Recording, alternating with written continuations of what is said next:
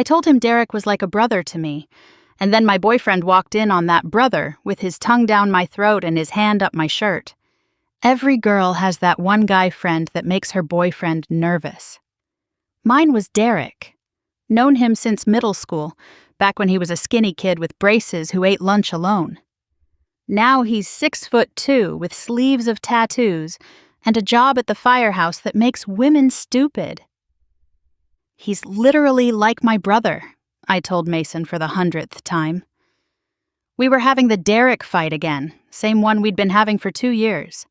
We've been friends since we were 12. Nothing has ever happened.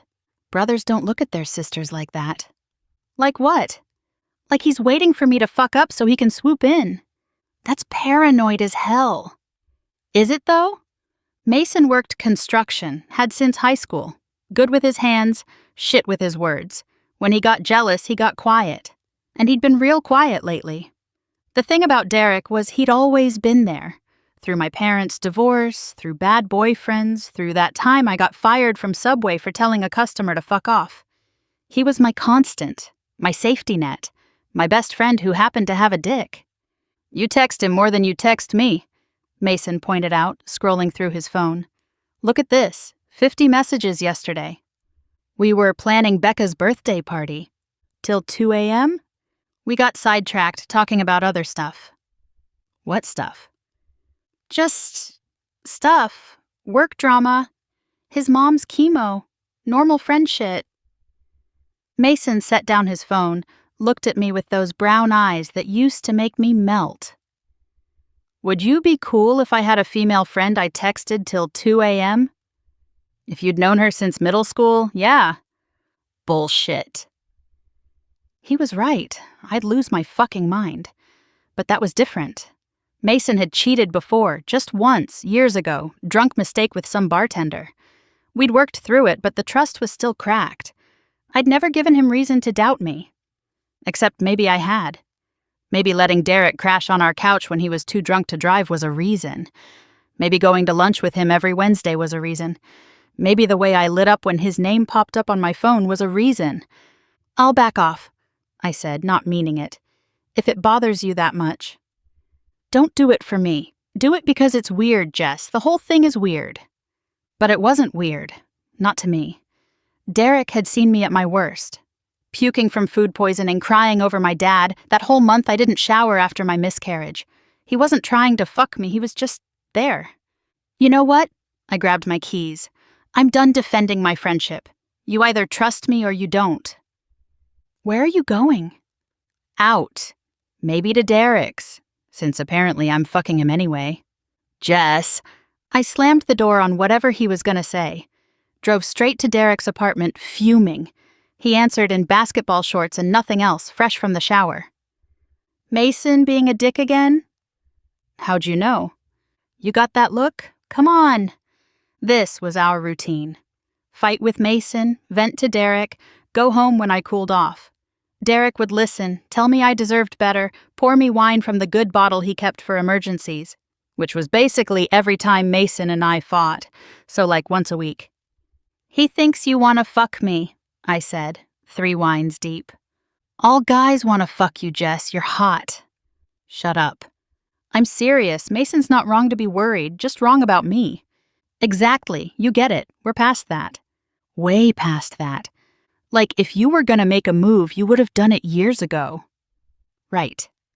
Something in the way he said it made me look at him. Really look at him. He was staring at his wine, jaw tight, that little muscle twitching like when he was holding something back. Right? I repeated. Yeah, right, years ago. But there was something in his voice. Something that made my stomach flip in a way it shouldn't. Something that made me wonder if Mason saw what I'd been refusing to see. I should go, I said. You just got here? Mason's probably worried. Mason's probably at the bar with his boys, talking shit about you to anyone who'll listen. He wasn't wrong. That was Mason's move. Get hurt, get drunk, get validated by his idiot friends who thought having female friends was gay. Still, I should go. Stay, we'll watch that show you like, the one with the doctors. Grey's Anatomy? Yeah, that. I'll even pretend to care about their drama. I laughed despite myself. You hate that show. I hate lots of things I do for you. Again, something in his voice, something in the way he was looking at me, something that made me think maybe, possibly, Mason wasn't paranoid after all. But I stayed. Because I always stayed. Because Derek's couch was more comfortable than my bed when Mason was mad. Because 20 years of friendship meant more than some weird tension I was probably imagining. Thanks, I said, curling up on my end of the couch. For always being here. Always, he said. And for the first time, it sounded like a promise I wasn't sure I wanted him to keep. Things got weird after that night. Not obvious weird, but the kind of weird where you notice shit you never noticed before. Like how Derek always sat a little too close, how his hugs lasted a beat too long, how he found excuses to touch me, fixing my hair, adjusting my necklace, hand on my lower back to guide me through crowds. You're being paranoid, my sister Amy said when I brought it up. Derek's always been touchy. Has he, though? Yes. Remember senior year when he literally carried you home from Brad's party? I was wasted. And he could have let your boyfriend handle it, but he didn't. Because Todd was also wasted. Or because Derek's always been in love with you and you're too fucking dense to see it. That's not... Girl, come on. The man has been single for 3 years. You know why? He's picky. He's waiting. For what? For Mason to fuck up bad enough that you finally leave. I wanted to argue, but the words wouldn't come. Because suddenly I was thinking about Derek's dating history. How every girlfriend had the same complaint. He was distant, distracted, like he was waiting for something better. How he compared everyone to someone but would never say who. Shit, I muttered.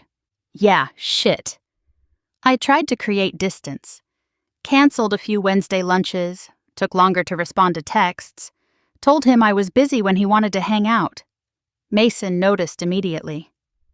Finally listening to me? He asked, wrapping his arms around me from behind while I cooked dinner. Just been busy with work. Right, work. He kissed my neck, and I leaned into him. This was good. This was right. Mason might be jealous and moody, but he was mine. Had been for 4 years. We had an apartment together, shared bills, planned vacations, real couple shit. Derek was just a friend. A friend who maybe wanted more, but still just a friend. Then Mason's grandmother died. I gotta go back to Ohio for the funeral, he said, throwing clothes in a bag. You coming? I can't. That presentation for the regional manager is Monday. Skip it. I can't skip it. This could mean a promotion. My grandma's dead, Jess. I know, I'm sorry, but you'll be with your whole family. You don't need me there. He stopped packing, looked at me like I'd slapped him. I don't need you? That's not what I meant. Sure sounds like it. Mason, please. This job is important. And my family isn't? I didn't say that. You didn't have to. He left angry, sent one text when he landed, then nothing. I told myself he was grieving, busy with family stuff. But when I checked Instagram, he was tagged in photos at some bar with cousins I'd never met, and girls who looked too interested in his grief. He's being a baby, Derek said when I showed up at his place with takeout. You have a career, he should support that. His grandma died. And my grandpa died last year. I didn't expect you to drop everything. That's different. Why? Because we're not... I stopped. Not what? He was closer now, had moved from his side of the couch to mine. Not together? Not fucking? Not pretending to be just friends when we both know... Derek! What? You gonna sit here and tell me you don't feel it? This thing between us? There's no thing. Liar.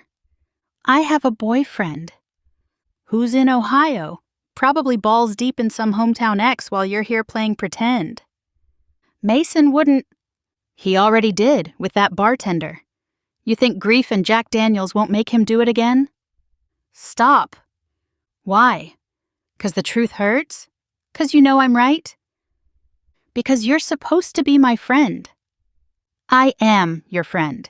Your friend who's watched you waste 4 years on a guy who doesn't deserve you. Who gets jealous when you breathe near another man but thinks it's fine to disappear for days when he's mad. Who makes you feel guilty for having a career, for having friends, for having a fucking life outside of him. You don't know him like I do. I know he doesn't look at you like I do. The words hung there, heavy and dangerous. Derek was so close I could smell his cologne, the whiskey on his breath, the want radiating off him like heat. How do you look at me? I whispered. Like you're everything. Like you've been everything since we were 15 and you told Brittany Chen to fuck off for making fun of my thrift store clothes. Like I've been waiting 20 years for you to see me as more than your safe friend. Derek, tell me you don't feel it. Look me in the eye and tell me you've never thought about it. About us. I couldn't. Because I had thought about it. Late at night when Mason was snoring and I was scrolling through old photos. When Derek would make me laugh so hard I cried. When he'd show up with soup when I was sick or fix my car without being asked or just know when I needed him without me saying a word. I can't, I said. Can't what? Can't lie or can't admit the truth? Both. Neither. I don't know. Let me make it simple. He kissed me. It wasn't a friend kiss. Wasn't a mistake kiss. It was 20 years of want compressed into 30 seconds of his mouth on mine. His hands in my hair, my body responding before my brain could stop it. I kissed him back. For maybe 5 seconds, maybe 5 years, I kissed Derek like I'd been thinking about it since high school. Because maybe I had. Maybe every boyfriend had been a placeholder. Maybe every fight with Mason was really about this moment I'd been avoiding. Then reality hit like ice water. No, I shoved him back. No, what the fuck, Derek? Jess, I have a boyfriend. Who treats you like shit? That's not your decision to make. I was on my feet, grabbing my purse, needing distance between us before I did something even stupider. Don't go, he said. Please, we need to talk about this. There's nothing to talk about. You kissed me. I'm with Mason. End of story. You kissed me back. For like a second. A second was enough. Enough for what?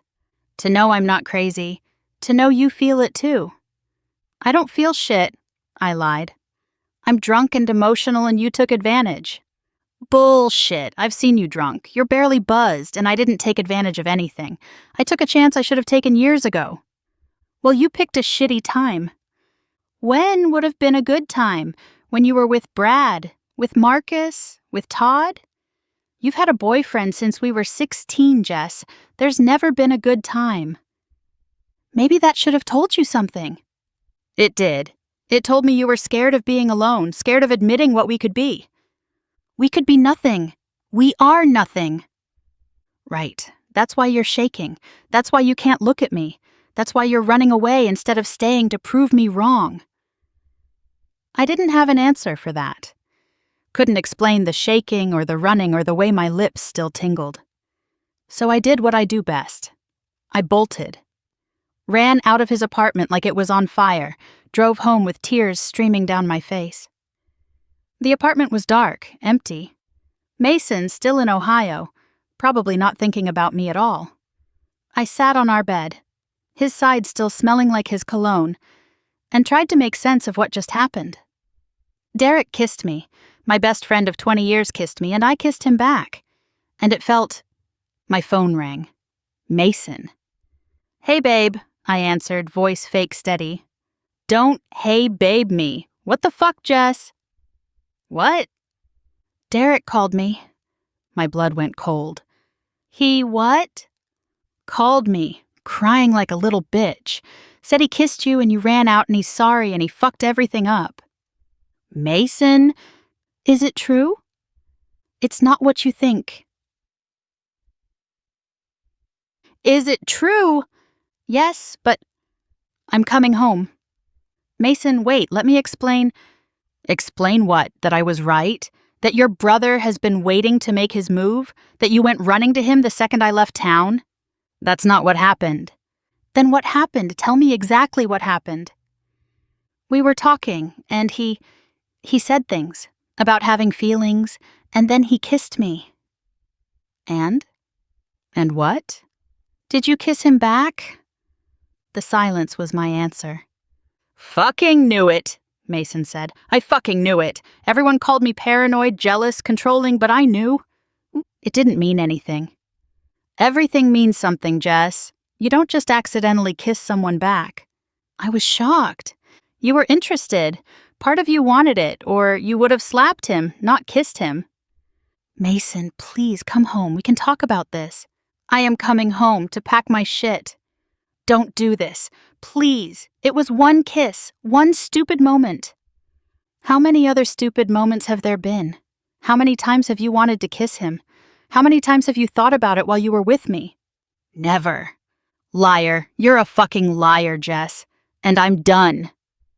He hung up. I called back 15 times, straight to voicemail every time.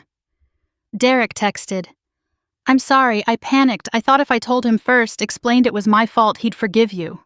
You selfish asshole. I texted back, you ruined everything. I ruined it or revealed what was already broken? I blocked his number, threw my phone across the room, screamed into a pillow until my throat hurt. Mason was right. I was a liar. Not about Derek, but about myself, about what I wanted, about what that kiss meant. Because it did mean something. It meant everything. And that was the fucking problem. Mason came home the next morning. I heard his truck, ran to the door, but he walked past me like I was furniture. Started throwing clothes in garbage bags, the cheap ones from Dollar Tree that always ripped. Please talk to me, I begged. Nothing to say. It was one kiss, one mistake. Nah, he didn't even look at me. The mistake was trusting you, believing your bullshit about him being like a brother. He is. You kiss your brother often? Mason? You know what the fucked up part is? He finally faced me, eyes red like he'd been crying or drinking or both. I knew this would happen. From day one, I knew. But I loved you enough to ignore it, to pretend that feeling in my gut was just jealousy. Nothing ever happened before. Because I was there. Because Derek's got enough respect not to make a move on another man's girl. But the second I'm gone dealing with my dead grandma, he shoots his shot. And you let him. I didn't let him do anything. You went to his place, alone, at night, while we were fighting. What did you think would happen? I thought my best friend would comfort me like he's done 1,000,000 times before. Right, comfort. That what we're calling it? Fuck you. Nah, you already did that. For 4 years you fucked me. But you were thinking about him, weren't you? No. Not even once? Not even curious what it would be like? I wanted to lie. Wanted to scream that I'd never thought about Derek like that. But Mason knew me too well. Could read the truth in my hesitation. Yeah, he said. That's what I thought. He finished packing while I sat on the couch, numb. 4 years shoved into garbage bags and cardboard boxes. Our life together reduced to who got the TV and who kept the coffee maker. I'll be at my boy Steve's, he said at the door. I'll come back for the rest when you're at work. We can fix this. No, we can't. Because every time I kiss you now, I'll wonder if you're thinking about him. Every time you're texting, I'll wonder if it's him. Every time you're late from work or out with friends or just existing, I'll wonder. And that's no way to live. I'll cut him off. Block him. Never see him again. You already blocked him. Didn't stop him from showing up here 20 minutes ago. What? Yeah. Your boy came by. Wanted to explain, to apologize, to make sure you were okay. What did you do? Nothing. Told him to leave before I did something we'd both regret. But you know what killed me? The way he looked at you through the window. Like you were his whole world. Like I was the one who didn't belong here. Mason! I've been competing with a ghost for 4 years. A ghost who's been in love with you since high school. And I'm tired, Jess. Tired of being the placeholder until you figure your shit out. You're not a placeholder. No? Then why'd it take you 5 seconds to kiss him back? Why'd it take 20 years for him to make a move? Why am I the one leaving when he's the one who fucked up? I didn't have answers. Just tears and snot, and the crushing weight of knowing I'd hurt the one person who'd never hurt me. "I love you," I said. "I know, just not enough." He left. I sat in our half-empty apartment, surrounded by the ghost of a relationship I'd killed with one kiss. My phone buzzed. Derek from a different number. "Please talk to me." I didn't respond. Couldn't. What was there to say? That he was right? That I'd been lying to myself for years? That losing Mason hurt, but not as much as it should? My sister came over that night with wine and ice cream and judgment. "I told you this would happen." Not helping, Amy. "What did you expect? You can't have a backup boyfriend and not expect shit to explode." Derek wasn't a backup boyfriend. "No? Then what was he?" "My best friend." "Who's been in love with you for 20 years. "I didn't know that." "Bullshit. Deep down you knew. You just liked the attention, liked having someone worship you while also having a boyfriend. Best of both worlds?" "That's not fair. Neither is stringing along two men who deserve better." She was right. I'd been selfish, keeping Derek close enough to feel wanted, but far enough to feel safe. Using his feelings as an ego boost while giving Mason just enough to keep him around. What do I do now? You figure out what you actually want, not what's safe or expected or easy, what you want. I don't know what I want. Then you better figure it out before you hurt anyone else. 3 months. That's how long I lasted without either of them.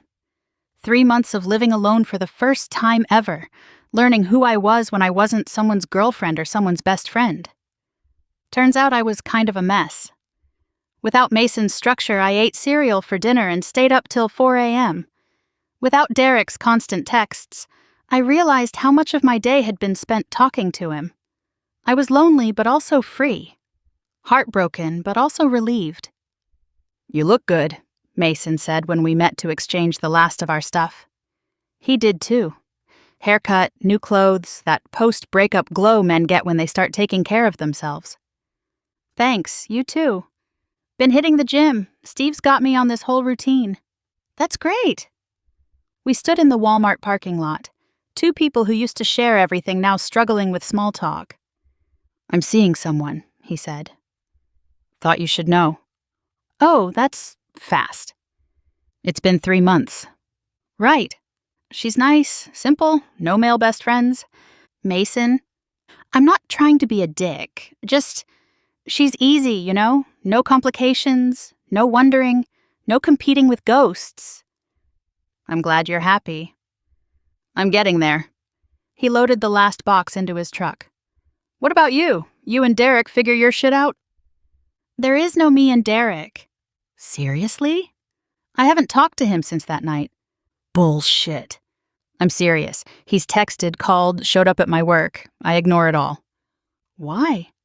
"Because you were right. I was using him, keeping him as backup. That's not fair to anyone." "Huh." Mason leaned against his truck, studied me. "So you're alone?" "Completely." "How's that working out?"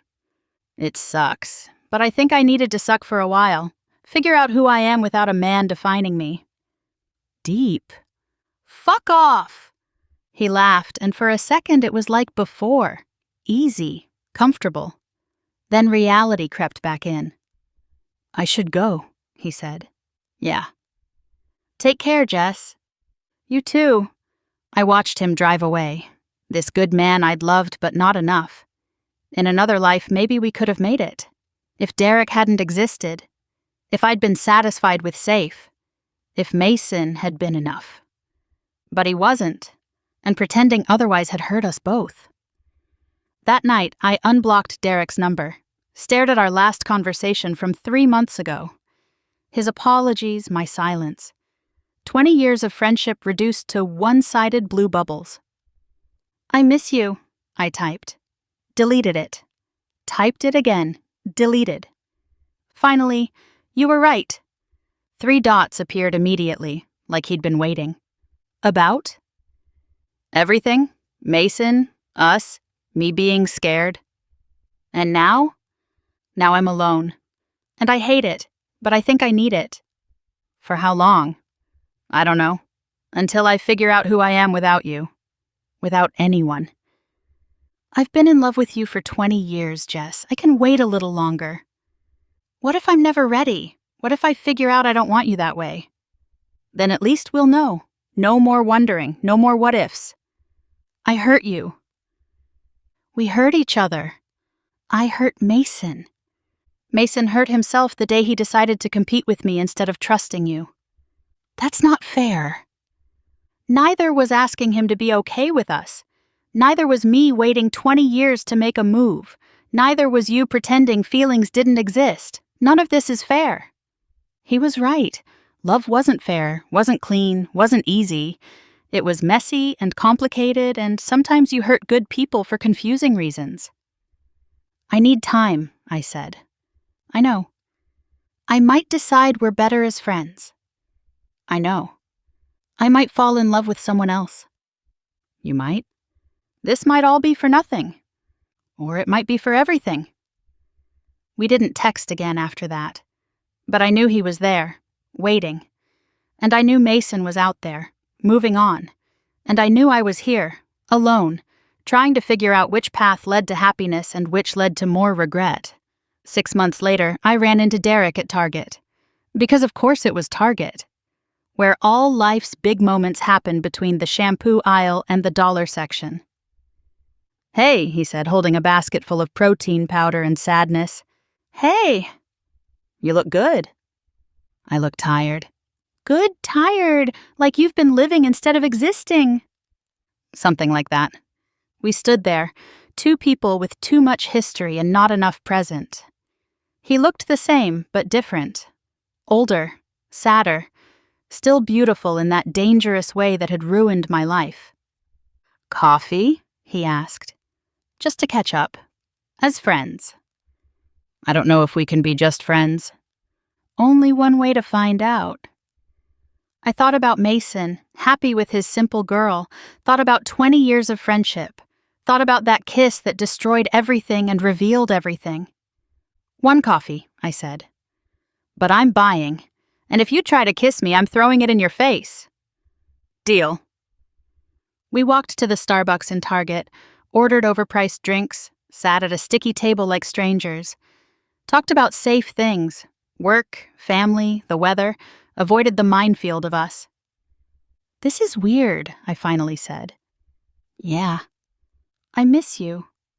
I miss you too. But I don't know if I miss my friend or something else. Maybe they're the same thing. Maybe that's why we worked so well for so long. Or maybe that's why we're so fucked up now. That too. We finished our drinks in comfortable silence, the kind only 20 years could build, the kind that made me wonder if maybe, possibly, we could find our way back. Different than before. Honest this time. I'm not ready, I said, for anything, with anyone. I know, but maybe we could text, start there? I'd like that. I stood to leave, then turned back. Derek? Yeah? Was it worth it, the kiss, losing everything? He thought about it, really thought about it. Ask me in a year. A year? Maybe by then I'd know if I loved him or just loved being loved by him. Maybe by then Mason would be married to his simple girl. Maybe by then the mess we'd made would look like destiny instead of destruction. Or maybe not. Maybe some mistakes don't become lessons. Maybe some friends don't become lovers. Maybe some women need to be alone to realize they were never lonely, just lost. Either way, I had time to figure it out. Time without a boyfriend to disappoint or a best friend to confuse. Time to discover if Jessica Martin was worth knowing without a man's last name attached. My phone buzzed. Derek. Thanks for the coffee, and for not throwing it at me. I smiled despite myself. Day's not over yet. Promise? No promises, just possibilities. And for the first time in my life, that felt like enough.